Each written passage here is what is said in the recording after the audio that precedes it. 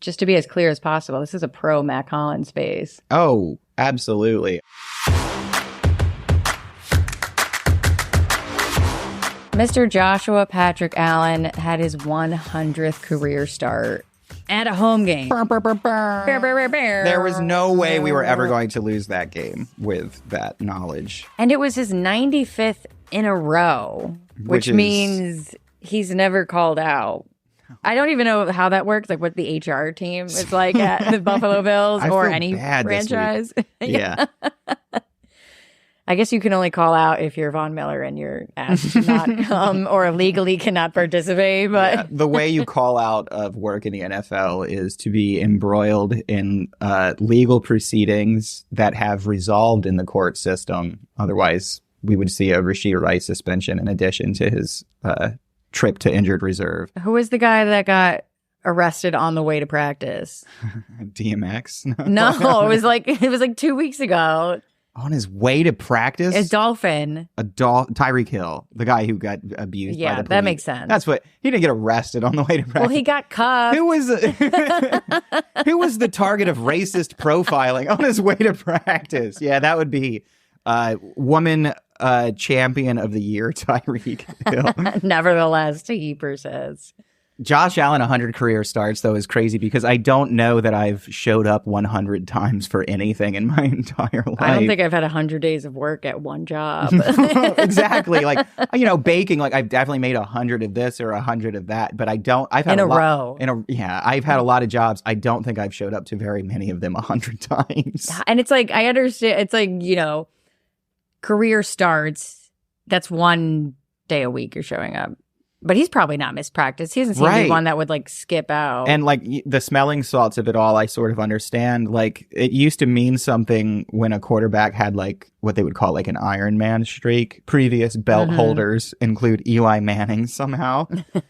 He was eating hits in New York for a long time. And I think that his streak was probably only broken. Maybe it was an injury, but I think he got benched. Brett Favre, another holder of the consecutive starts. Wow. I mean, Allen's hitting 195 consecutive. I don't know how many he's.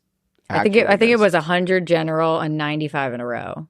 I don't know what happened. Unbroken, I wonder. 95 was just in a row. Yeah. Well, so that would be unbroken, right? Because if they're in a row. 95, but that streak could have been broke. Say he started 95 games in a row and then missed one or two or something. I don't actually remember. Then he would have to start. But then you would restart. The streak over. Yeah. I don't know who else could possibly be holding the belt right now. If it's anything like my Duolingo streak. We should, on the pod, we need to, I think, formalize who's holding the consecutive starts belt under center. I think that it would be fun to track.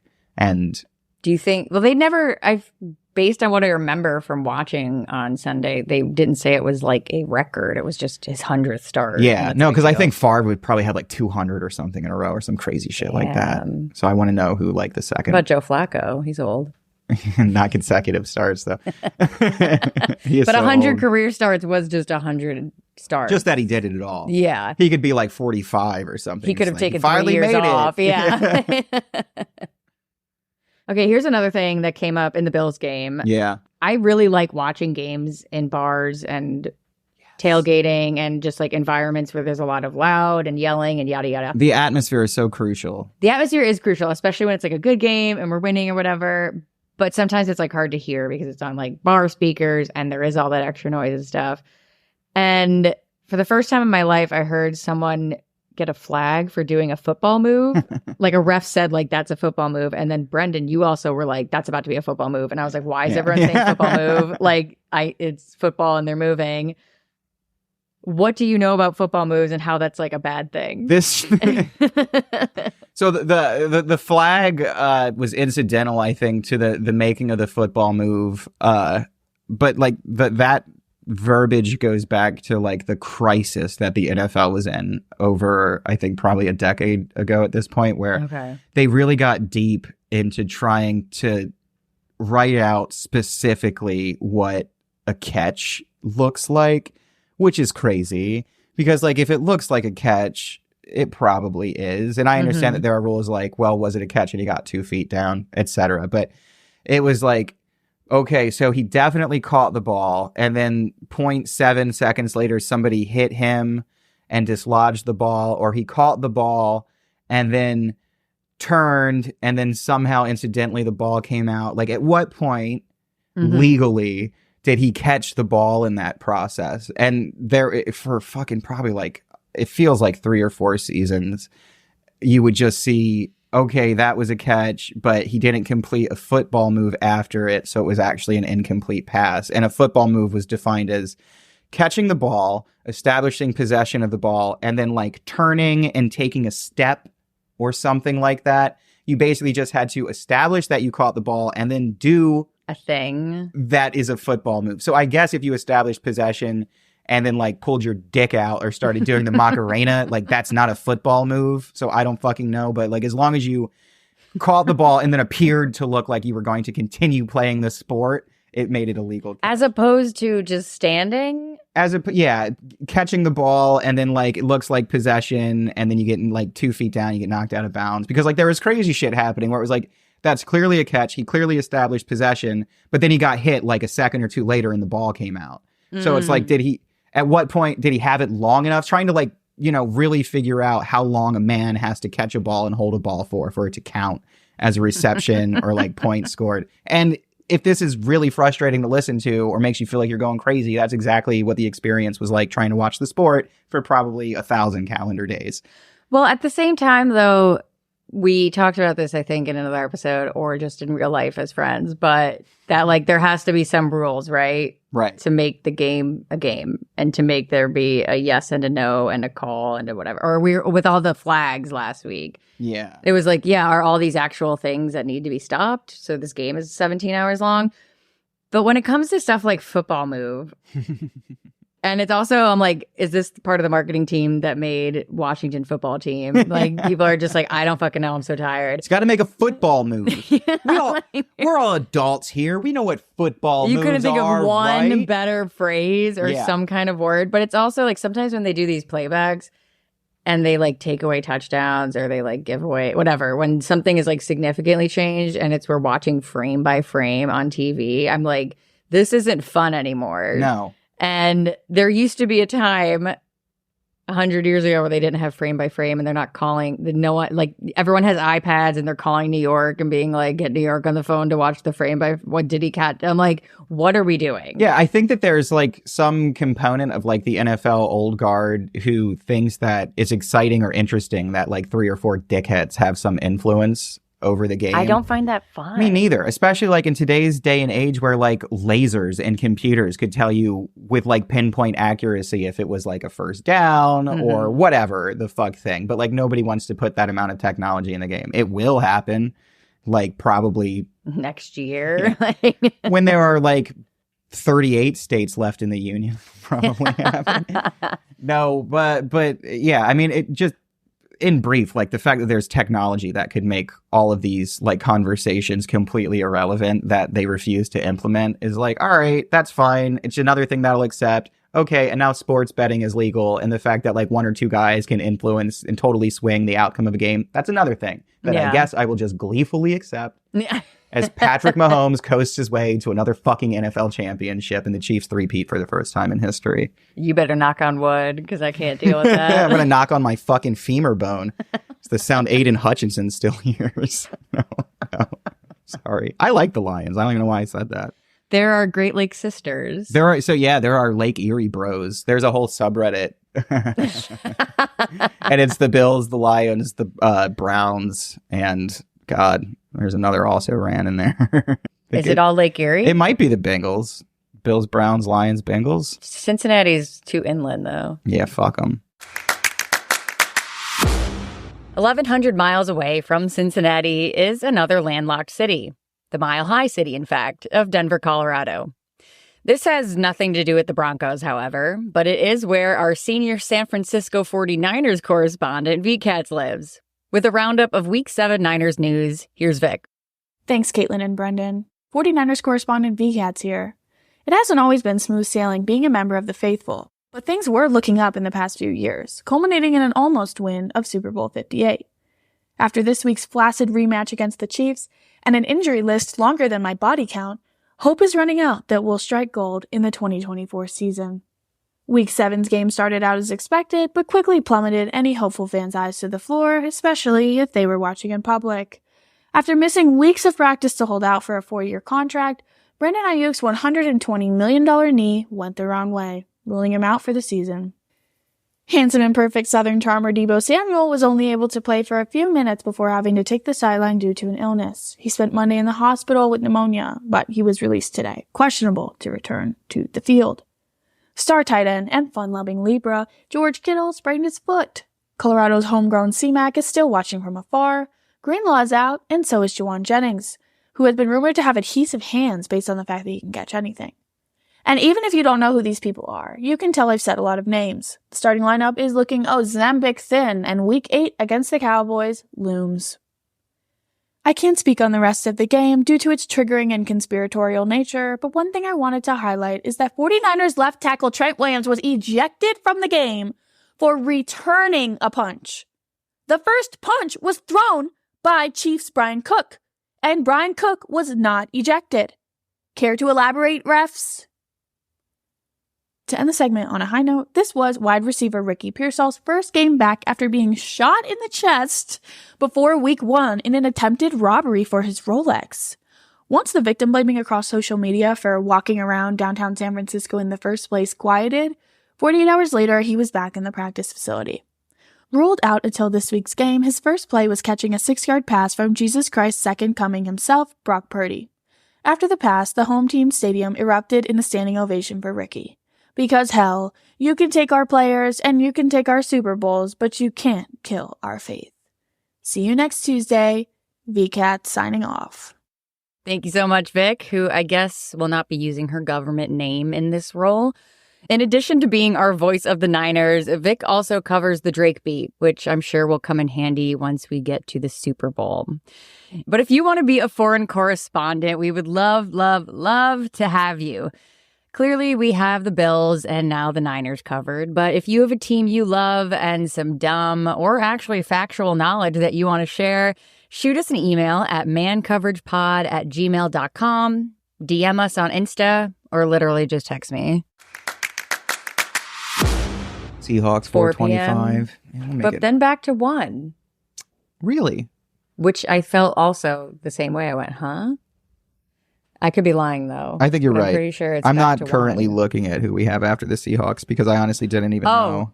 Twitter alert, or Instagram alert. Wee funny meme coming up. Which might not even be that funny because I don't know how I feel about Hawk Tua girl, and that's where the reference is coming from. We waited too long on the Hawk Tua Tagovailoa Well, we weren't stuff. even around. Well, okay, so here's the meme I saw. And it says, the Bills have a chance to pull off history and accomplish the rare Nashville Hawk Tua. And it's because we won against the Titans, and then we're playing the Seahawks, and then we're playing Tua and the Dolphins. How does that loop work? I understand. I actually don't know that I do understand. I'm trying to throw Tua on the ground, right? Like a spit. Hawk Tua. Oh, Seahawks. So it would be beating Nashville, Hawk, Seahawks, and Tua. So it would be a win of Nashville, Hawk, and Tua. I don't know who thinks of this shit, and I think that's where Hawk our target Tua demo, reigns. Yeah. probably. Yeah, I think that's where she reigns supreme is in Nashville, where she was discovered. I think I haven't kept up with her career. I hope that it hasn't progressed to the OnlyFans. I'm pretty sure she has a podcast. Perfect. We should bring her on. Whatever. I think Tua Tagovailoa is in real trouble. Like his health? Yeah. Well, I mean, he said he was coming out. He's not going to wear the Guardian cap. And I guess we'll just see what happens the next time he leads with his head instead of sliding. And I don't know if we need... Why did he say why he's not doing Guardian cap? Personal decision. He felt symptom-free the day after he ran into Damar Hamlin's thigh, he said. And I think he said that he never discussed retirement with his family or he's just never coaches. going to retire. He said, yeah, retirement came up, but I told them that I'm planning to play until I'm 150 years old. So no Guardian cap required. You're going to have to drag him off the field. Yeah. Tua Tagovailoa said that based on the amount of adrenochrome he now has access to, He could probably play till he's 300 years old. Well, speaking of adrenochrome, would you like to talk about our celebrity interaction we had this week on Instagram.com? When Mack Hollins decided, I'll click this story. Oh, who shared mine? Wow, somebody's really getting a lot of mileage out of learning how to clean an oven. He did a terrible job. He's only got like 30 seconds.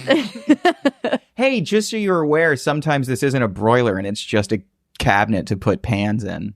Oh, the bottom? Yeah. I found that interesting. That was news. I've to never you? really broiled anything down there, but then I didn't realize that some of them just weren't broilers. Did you check your own oven out to see what situation is I going would on never there? broil a thing. This wasn't information that I needed Plus, to have this necessarily. is also an apartment, and I'm scared to open that. I live in an apartment that doesn't have a ventilation hood at all, and I broil things every day. I just don't. Well, I guess I do the broiler in the oven. Yeah. But are you supposed to put things in the bottom too? If there's a broiler in it. But would it be separate? Like it's another button, or is it just hot down there that you could put things Sometimes it's separate controls. And you turn it on, and then you open that little cabinet, and there's a rack in there, and the oven's not fire on. is shooting down. No. Oh. Yeah. Incredible stuff. I know. That's the best broiler. But I was in a fugue state when I posted it. I don't know if I should be the one who says what it is, because I felt bad about it as soon as I realized he has an entire separate Instagram account dedicated to telling people to read books. Like, Yeah, but he hasn't posted on that account since like 2020. really? Yeah. That I didn't check. But I still think he reads. Do you think? Well, he has time to post a video every single day. He knows who Sylvia Plath is. Yeah, he definitely does. I don't know. He was posting like He doesn't the wear Hunger- shoes. Did Sylvia Plath write the Hunger Games? Because then I'm not sure that he necessarily knows who Sylvia Plath is. But no, based on a guy who reads, I bet he did. And all I said was that, look, he started his video by saying, today, let's get in this oven. And in today's day and age, I thought that you just said that in the Instagram. He did. If you know, he literally did. He was like, all right, today, let's get in this oven. You can pull the audio. That's the exact cadence, so you probably don't even have to. And that's exactly what Sylvia Plath said before. She was like, I'm gay. There's nothing I can do about it. It's the 60s. Welcome back to Max Time Hacks. Today, let's get in this oven. I can't believe that's how it started. Oh my God. I thought that you just did that. So you had the... I sat there with it for a few moments and I was like, what is he really trying to communicate here? A great deal of camaraderie with Sylvia Plath is obvious. And he saw it and he clicked on it and he looked at it. And I really hope that he didn't listen to episode 2. But I wanted to apologize because I feel like what we're doing here isn't necessarily to shit on, like, you know, Deshaun Watson. Maybe it's worth booing him when his career Tyreek Hill exists. Yeah, and he's having a terrible year, and that's fucking awesome. Mack Hollins is doing his best, and I did want to say, actually, like, legitimately, I watched the Buffalo Bills. They do these mini movies that they post on YouTube, usually after wins. They're not posting like a 7-minute, like, this is how we lost to Stephon Diggs and the Texans video. But like that late Ray Davis touchdown, like I said I'm not going to say in episode 2. Last week I said that he's a bad football player and he's only good at run blocking. Well, last week on Sunday, he dropped a pass. Yeah. And then on that late Ray Davis touchdown, I watched him block. He cleared out 2 defenders on that touchdown. And it was fucking awesome. Like he didn't just, he blocked a couple of guys. Like he alone took 2 entire dudes out of this play to get Ray Davis into the end zone. Like he was boxing people out in basketball. It's fucking awesome. If you want to be wide receiver 5 for the rest of the year, that's fine. You're not going to be here next year, so I'm not going to apologize too hard, but that was fucking awesome. That was really cool. Yeah. Good job, Mack Hollins. Keep clicking the stories. He seems like a genuinely interesting guy. He does. Which is like, football players can be kind of dull sometimes. And when they're doing their pressers and they're just like... I started working on like our hypothetical Mack Hollins deep dive. Yeah. And like, I'm not even going to open it because there's just not a lot there. It's just a I normal dude who doesn't wear reconfirm shoes. that he eats with his hands. He avoids cats, but there doesn't seem to be any evidence that it's based on like fear or allergies. He just does. Nobody's willing to say why. But that could be an even weirder reason. I just know I would that rather it be allergies. we're not going to get the answers we need until we're powerful enough to find. I think he needs to be. Well, here's the thing. I thought he was like a rookie. He's not. He's been around. The funny thing about And Mack that's- Hollins, he was drafted by, I think, the Raiders. No, that was Amari Cooper. He might have been drafted by the Eagles because that's how he started his career, winning the Super Bowl with the Philadelphia Eagles. And then I don't remember. He played for the Dolphins briefly, and he was ejected because I really looked. I was trying to find what's wrong with this guy. Yeah. So he was the only controversy I could find was that he was ejected when he was playing with the Dolphins from a game in like 2021 or something like that. What is ejected? Just like it got a little heated out there and he got kicked out. oh, okay. And he's been a captain on every single team he's ever played for.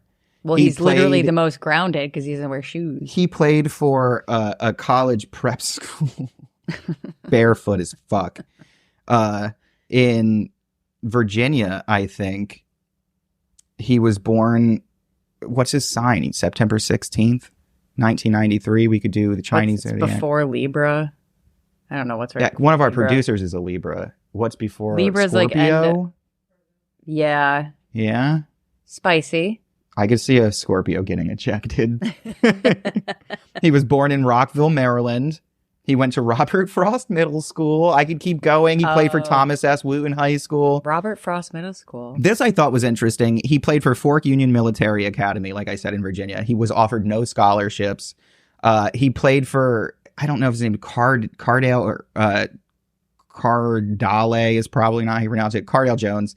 Cardale. Yeah, Cardale. Hermes Isn't that Jones. Pitbull? Yeah, Cardale is actually a competitor for the Birkin bag. No, but anyway, he won the like championship with the Buckeyes, but he had a famous tweet in football circles that was, "Why should we have to go to class if we came here to play football?" All caps. We ain't come to play school. Classes are, again, all caps, pointless. He was drafted by the Bills in the 4th round, 139th overall. So that's nice. Mack Hollins has a Buffalo Bills connection going way back. Were you still online when, here's the legally mandated Taylor and Travis part of the podcast, but government required. When he started dating, Travis and him started dating, then all the Swifties, we did like a deep dive in his Twitter to make sure he like never said a problematic thing. And his whole Twitter is just nonsense. Yeah. Like regular dumb stuff. Is there any NFL player tweet better than the Josh Allen driving naked and then the greater than sign or whatever the fuck?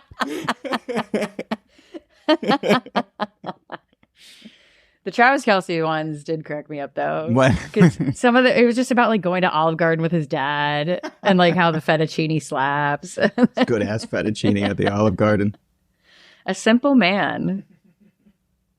It doesn't have to always be tomatoes on spaghetti. Who would have figured?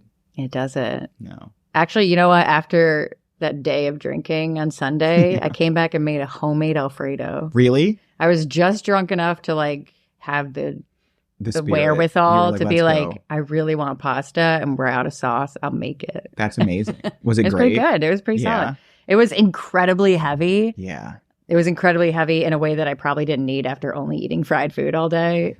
But I was proud of myself. I want to cook for you guys so bad. I'll do dinner and a show.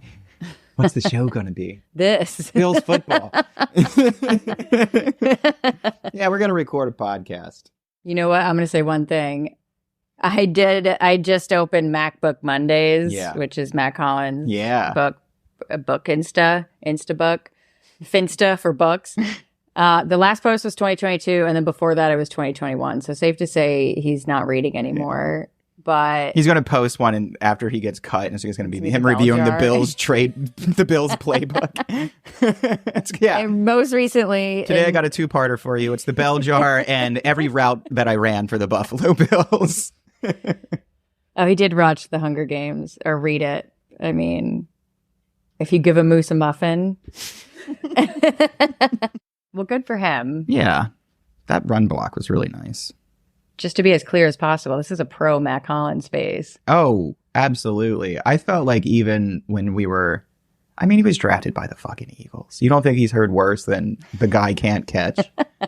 Hey, to keep not wearing shoes with your whole chest like that. I think he's probably got a pretty good sense of self. What do you think he does if he's lived in Philly, he's from Maryland? Like, I don't know when the whole barefoot thing started, but like, what happens in the winter? Yeah. Does he just stay inside? He's got to have a shoe then. Amari Cooper. That was a great debut, and they aren't all beautiful. always 4 receptions, 1 touchdown. I think that what Keon Coleman was saying, which is fucking awesome, is like having him on the team is like having another person in the house with money. It's true. It's absolutely fucking true.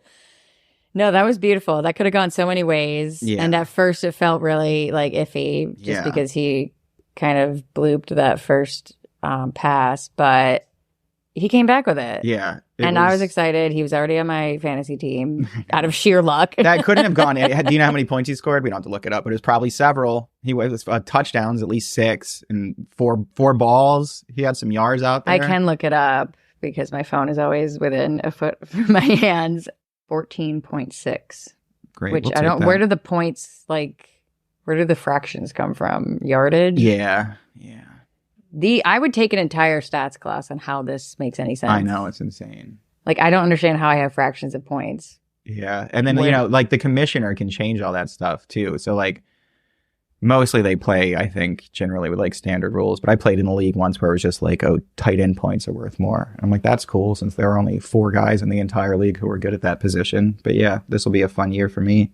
That's fascinating. It's so much. It's 9/11. Everybody be quiet.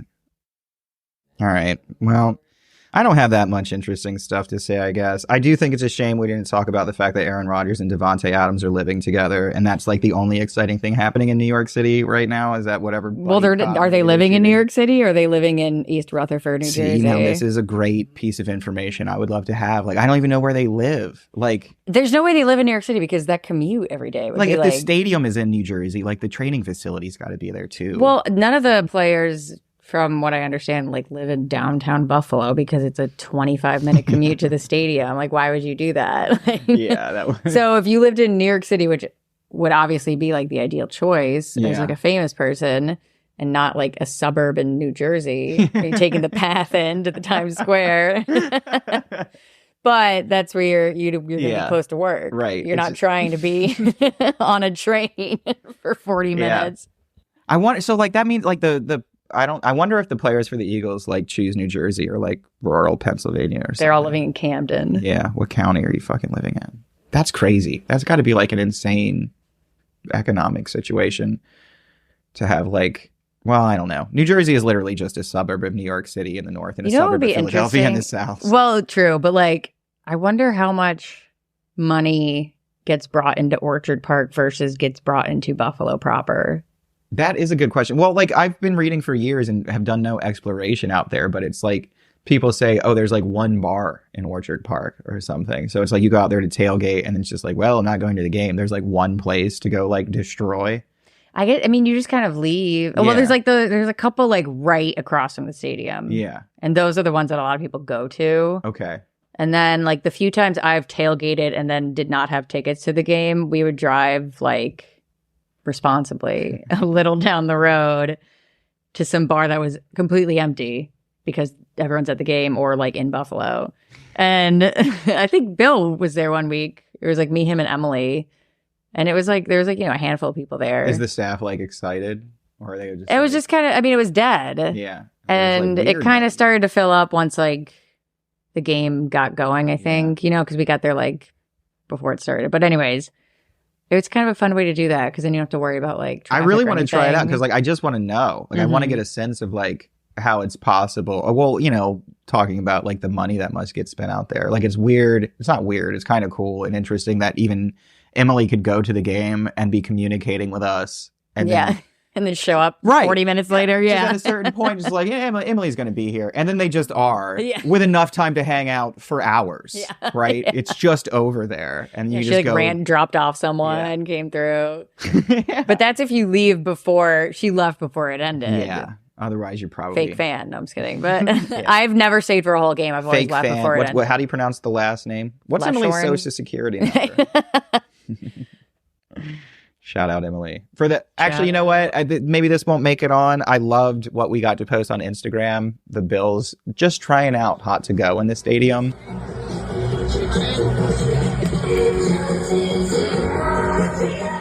Yeah, kind of a flop, unfortunately. I need to see Bills Mafia get that fucking energy up for Chapel Road. That is the craziest. Like, really, I do love like the pan around. There's like one girl like 3 rows away, just really hitting it. Just ripping it. Yeah. It was like that scene in Back to the Future where Michael Jackson's like, "Oh, I guess you guys aren't ready for this, but your kids are gonna love it." By this time next year, they'll be fucking bumping that shit after every fucking first down, and it'll be because of us. Because of us. I feel like we probably got it, but did you see TMZ with the greatest headline of all time? It was like, Aaron Rodgers picks nose, eats boogers during Sunday Night Football. Oh my God. And he did, and it's fucking disgusting. And he did. Look, the New York tore Mark Sanchez apart for like secretly eating a glizzy on the sideline. Wait, A handful of years ago. I don't know if you remember this. No. He was hunkered down, just having a hot dog during the game with his hat pulled real low, trying to hide it. And fucking Aaron Rodgers is just over there like, like he gnawed it off of his fingers like it was corn on the cob. No. I swear to you, it was fucking disgusting, and it was At the so same big time? and so HD. Well, he seemed a little nervous about it, but didn't have. He like went like he was in there. And then he did one of these classic, like, double finger, maybe I'm just wiping it. Yeah. But then went Vacant straight to the cocaine mouth. nose, yeah. No. He was wiping the boogers on his gums like it was going to get him high.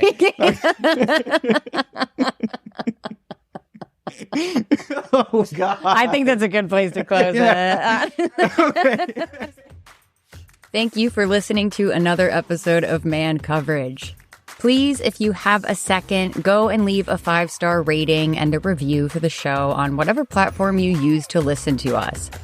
You hear this all the time, but that shit really does matter for podcasters. So do it for us and do it for any podcast you love to listen to.